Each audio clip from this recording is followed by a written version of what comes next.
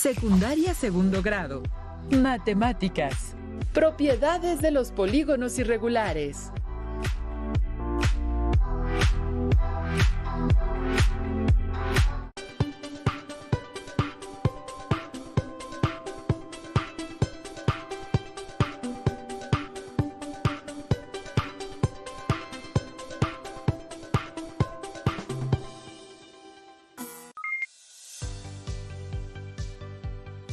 Les damos la bienvenida a Aprende en Casa 2. Yo soy Leslie Mendívil y en esta ocasión nos acompaña el maestro Eduardo Mendoza Camacho, a quien me da mucho gusto saludar. Él nos ayudará a comprender el tema de esta sesión. Bienvenido, maestro. Muchas gracias, Leslie. En esta lección continuaremos con el estudio de un tema fascinante de las matemáticas. Aprenderemos a resolver problemas que implican obtener el número de diagonales que pueden trazarse desde un vértice, el número de diagonales en total y la suma de los ángulos interiores en polígonos irregulares. Alma tiene una casa en el interior de un terreno, como se muestra en la siguiente figura. ¿Qué forma tienen la casa y el jardín? La casa está construida sobre un terreno cuadrado y el área restante que le corresponde al jardín es un hexágono, porque tiene 6 lados. Hemos identificado que el área de la casa es un cuadrado, porque es un polígono regular. Sin embargo, la forma que tiene el jardín no lo es. ¿Cuáles son las características de los polígonos regulares? ¿Y cómo deben ser sus lados y sus ángulos interiores? Reflexionemos juntos. ¿Cómo podemos diferenciar a los polígonos regulares de los irregulares?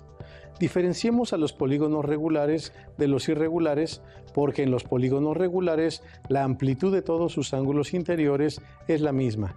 Es decir, son congruentes y también todos sus lados tienen la misma longitud, a diferencia de los irregulares, donde no se cumple alguna de estas dos condiciones. Analicemos los lados y los ángulos del terreno del jardín. En la sesión anterior habíamos identificado que tiene 6 lados. Con ello, sabemos que se trata de un hexágono, pero ¿a qué tipo de hexágono corresponde la forma que tiene el jardín? Para contestar esa pregunta, debemos examinar cómo son sus lados y sus ángulos. Examinemos. ¿Cuál es la longitud de cada uno de los lados del terreno en el cual se encuentra el jardín? Nos damos cuenta que las longitudes de sus lados son de 4, 6, 6, 4, 10 y 10 metros. Es decir, 2 de sus lados miden 4 metros, otros 2 miden 6 metros y los otros 2 miden 10 metros. Esto indica que la forma que tiene el terreno de Alma corresponde al de un hexágono irregular, ya que sus lados no tienen la misma longitud. Analicemos ahora los ángulos interiores en el hexágono. Podemos identificar que tiene 1, 2, 3, 4, 5 ángulos que miden 90 grados y otro ángulo que mide 270 grados. Con esto corroboramos que este hexágono no es un polígono regular, porque sus lados no tienen la misma longitud y sus ángulos interiores tampoco tienen la misma amplitud. Podemos trazar un hexágono irregular con las mismas medidas de los lados que tiene el jardín de Alma, pero que cada uno de los ángulos interiores mida menos de 180 grados. Podemos pensar en un hexágono irregular en el que las longitudes de 10, 10, 6, 6, 4 y 4 metros sean contiguas, es decir, que aparezcan una seguida de la otra. Ahora, tracen en su cuaderno un hexágono irregular con esas longitudes, de tal forma que todos los ángulos interiores sean menores de 180 grados. Seguramente trazaron diferentes hexágonos irregulares. Sin embargo, aunque su forma es parecida a la de un hexágono regular, no lo es, ya que las longitudes de sus lados no son iguales. Posiblemente dibujaron un hexágono similar a este. Inspeccionemos sus ángulos interiores para corroborar que cada uno de ellos mide menos de 180 grados. En efecto, sus ángulos miden 66, 120, 137, 102, 152 y 143 grados. Hemos identificado que los ángulos interiores no son iguales, pero todos ellos miden menos de 180 grados.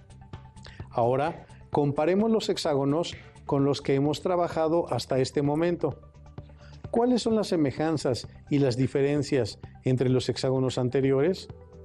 Primero, ambos polígonos tienen 6 lados, por lo tanto son hexágonos. Segundo, en ambos polígonos las longitudes de sus lados son diferentes, por ello son hexágonos irregulares. Tercero, uno de los ángulos del primer hexágono es mayor de 180 grados, mientras que todos los ángulos en el segundo hexágono son menores de 180 grados. Identifiquemos, ¿cuál de ellos se parece a una figura circular o redondeada? El polígono que se parece más a una figura redondeada es el de la derecha. Esto sucede cuando sus ángulos interiores miden menos de 180 grados. A este tipo de figuras se les llama polígonos convexos, y a los polígonos que tienen uno o más ángulos interiores mayores a 180 grados se les denomina cóncavos, como la forma que tiene el jardín de Alma.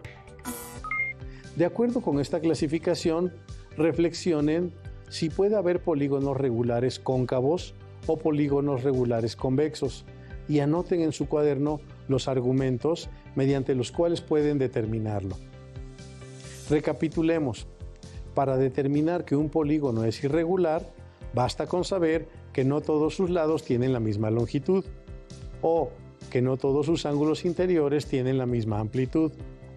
Hemos detallado que los polígonos se pueden clasificar de acuerdo a sus ángulos interiores como convexos o cóncavos. Los polígonos convexos son aquellos cuyos ángulos interiores son menores de 180 grados, mientras que los cóncavos tienen uno o más ángulos interiores mayores de 180 grados. Ahora, analicemos las diagonales que pueden trazarse desde un vértice y las diagonales totales de los polígonos irregulares. Problema 2. En un balneario se tienen 4 diferentes diseños de albercas, como se muestran en la siguiente figura. Los estudiantes que asisten al balneario quieren seleccionar las albercas en las que puedan nadar de un vértice a otro vértice no consecutivo sobre sus diagonales, partiendo de cualquiera de los vértices.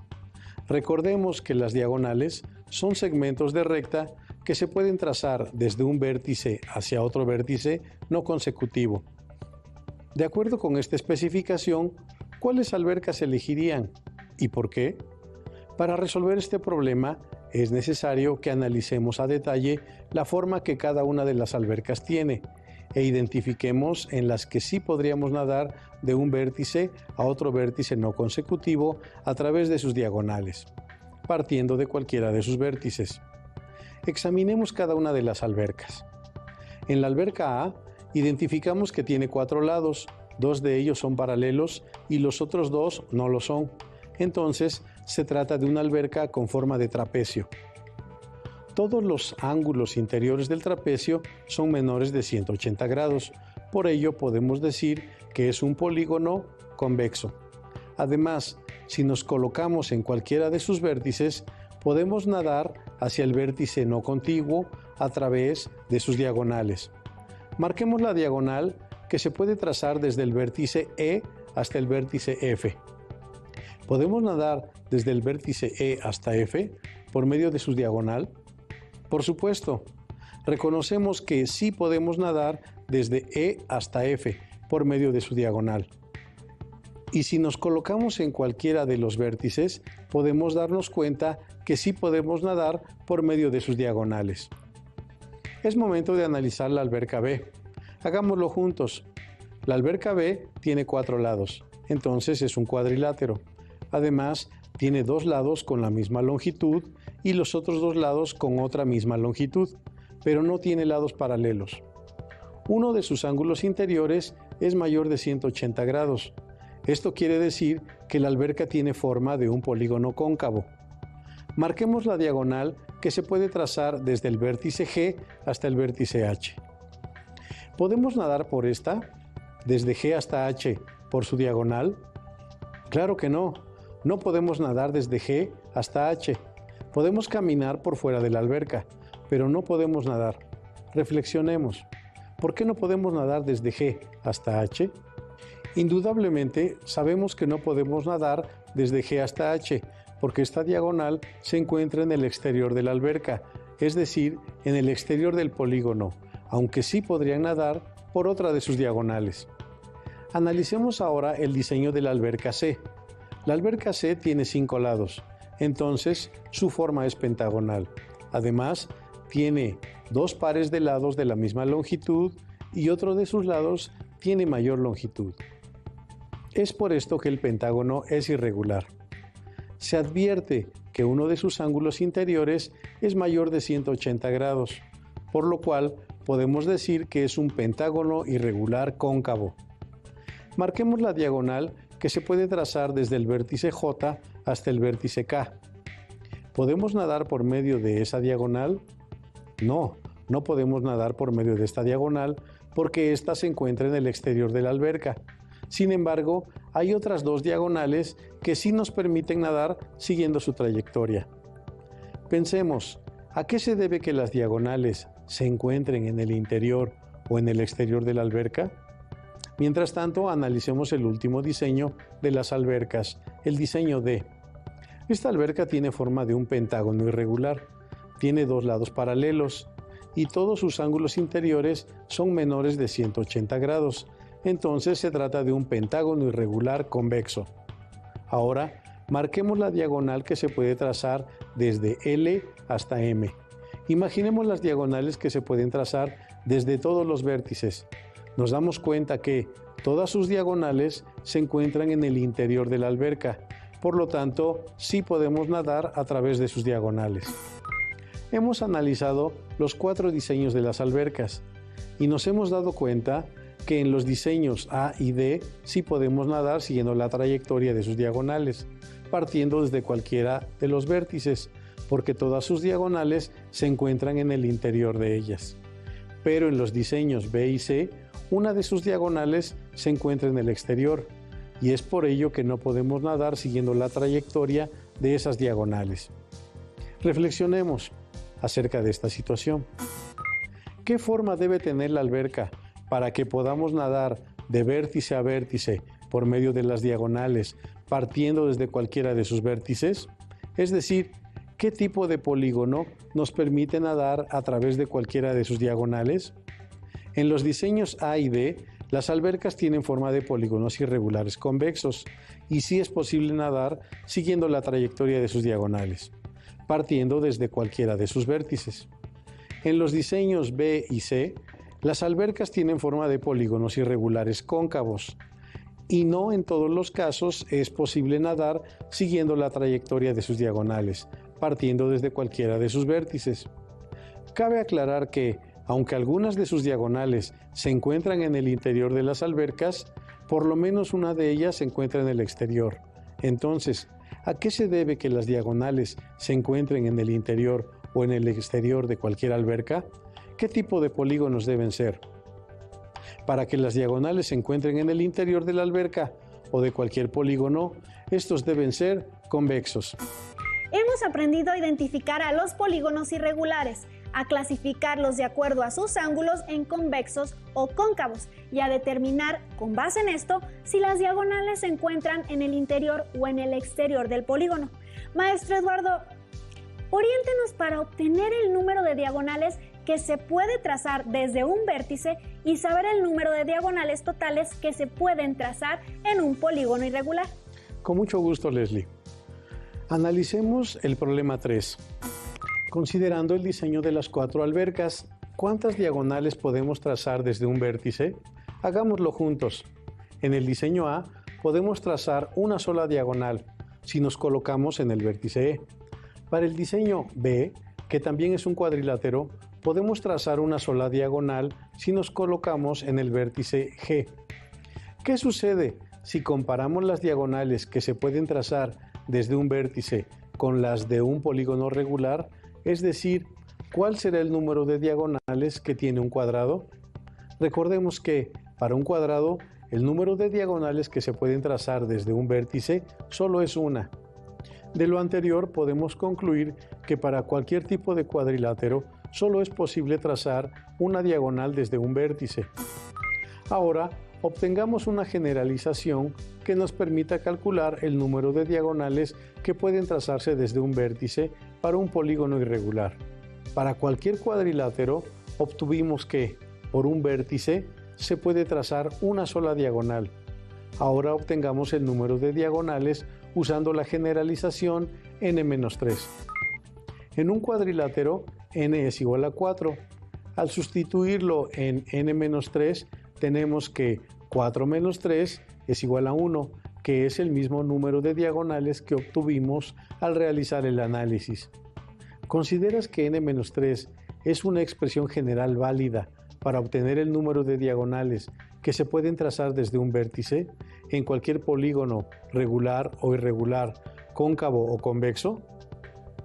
Confirmemos si esto se cumple para los pentágonos y para los hexágonos que hemos analizado. De acuerdo con lo que analizamos, en los pentágonos el número de diagonales que se pueden trazar desde un vértice son 2. En un pentágono n es igual a 5.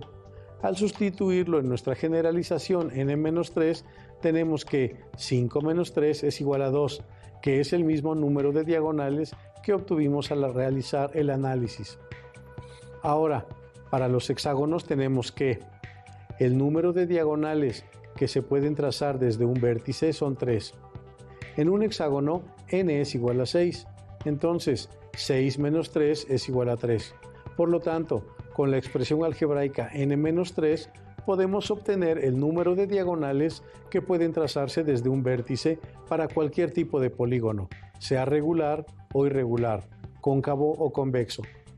Ahora, ¿han pensado cómo podemos obtener una expresión que nos permita calcular el número de diagonales totales para cualquier polígono, regular o irregular, convexo o cóncavo?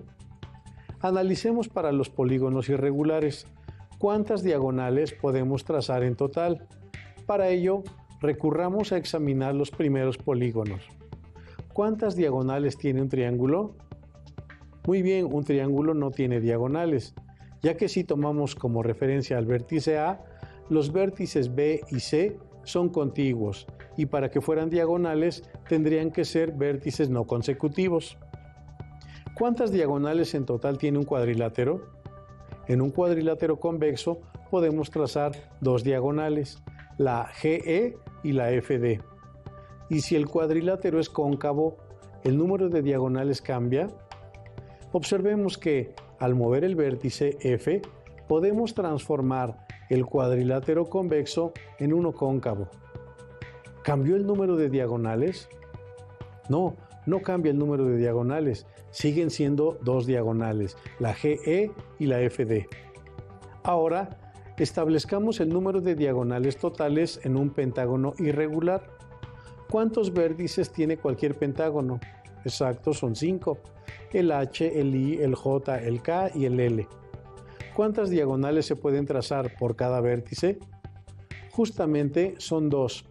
Si usamos la expresión n-3 y como n es igual a 5, ya que corresponde al número de lados del polígono, entonces tenemos 5 menos 3 igual a 2. Si tenemos 2 diagonales por cada vértice y tenemos 5 vértices, entonces, ¿cuántas diagonales tendríamos en total?